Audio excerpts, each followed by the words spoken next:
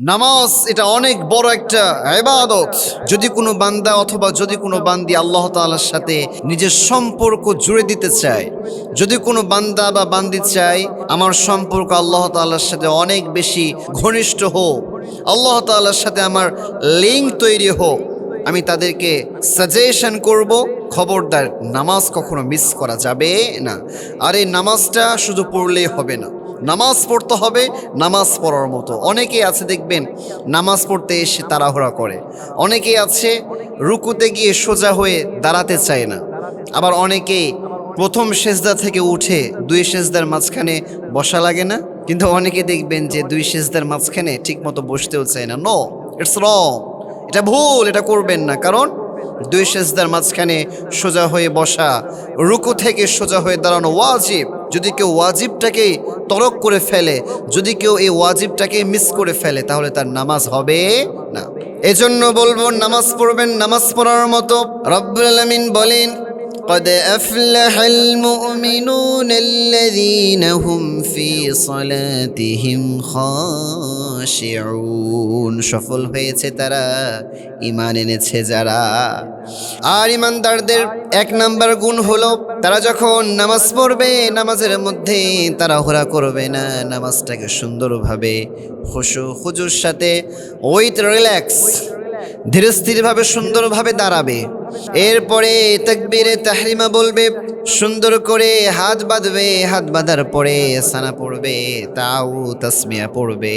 এরপরে সুন্দরভাবে সূরাতুল ফাতিহা এর সাথে আর একটা কোনো সূরা মিলাবে।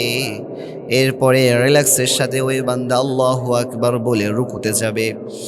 রুকুতে গিয়ে আপনি তাড়াহুড়া করবেন, রুকুতে গিয়ে ব্যাস রিল্যাক্সের সাথে আপনি পড়বেন সুবহানা রাব্বিয়াল আযীম। এরপরে আপনি সুন্দরভাবে রিল্যাক্সের সাথে আপনি সামি আল্লাহু লিমান হামিদা বলে দাঁড়ান, তাড়াহুড়া করবেন না, ওই জায়গাতে রিল্যাক্স দোয়া পড়েন। এরপরে আপনি আবার আল্লাহু আকবার বলে সিজদায় যান। আপনার নামাজ যত সুন্দর হবে, আপনি নামাজের মধ্যে যত বেশি মনোযোগ দিতে পারবেন, আপনার আল্লাহ তাআলার সাথে সম্পর্ক তত বেশি সুন্দর হবে, তত বেশি গভীর হবে। আর মাথায় রাখবেন, যেই বান্দার আল্লাহ তাআলার সাথে সম্পর্ক গভীর হয়ে যায়, সে বান্দার কিন্তু আর কোনো ভয় থাকে না। যখন কোনো বান্দা আল্লাহ তাআলার হয়ে যায়, আল্লাহ বলছেন আমি আল্লাহ নিজে ওই বান্দার হয়ে যাই। সুবহানাল্লাহ পড়ে। যে বান্দাটা আল্লাহ তাআলার ইবাদত করতে করতে আল্লাহ তাআলার নিকটবর্তী বান্দা হয়ে যায়, আল্লাহ তাআলা বলছেন ওই বান্দা যখন কোনো কাজ করে, হাত দিয়ে যখন কোনো কিছু স্পর্শ করে, দেখা যায় যে ওই বান্দা তার নিজ হাত দিয়ে স্পর্শ করে, কিন্তু মূলত ওই বান্দার ওই হাতের মাধ্যমে আমি আল্লাহ তাআলা কুদরতি হাত ওই জায়গাতে সংযুক্ত হয়ে যায়। সুবহানাল্লাহ পড়েন।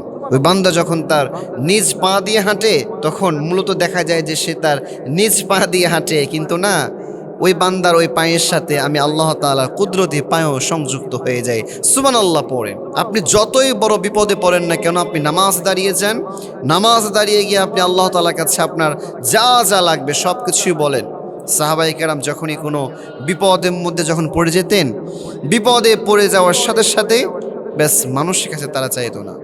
হাদিসের মধ্যে এসেছে, সাহাবীদের যদি জুতার ফিতাও ছিঁড়ে যেত, এরপরও সেই জুতার ফিতা আল্লাহ তাআলার কাছে তারা চাইতো। সুবহানাল্লাহ পড়েন। এই জন্য আপনার যা যা লাগবে আপনি নামাজটা সুন্দর করে আপনি পড়েন, নামাজ পড়ে আপনি আল্লাহ তাআলার কাছে আপনি যা চাইবেন, আল্লাহ তাআলা আপনার সব চাওয়া সব পাওয়াগুলোকে আল্লাহ তাআলা কবুল করে নেবেন। সুবহানাল্লাহ পড়েন। আবার আল্লাহ তাআলা নিজেই বলছেন, ইন্নাস সালাতা তানহা আনিল ফাহশাই ওয়াল মুনকার।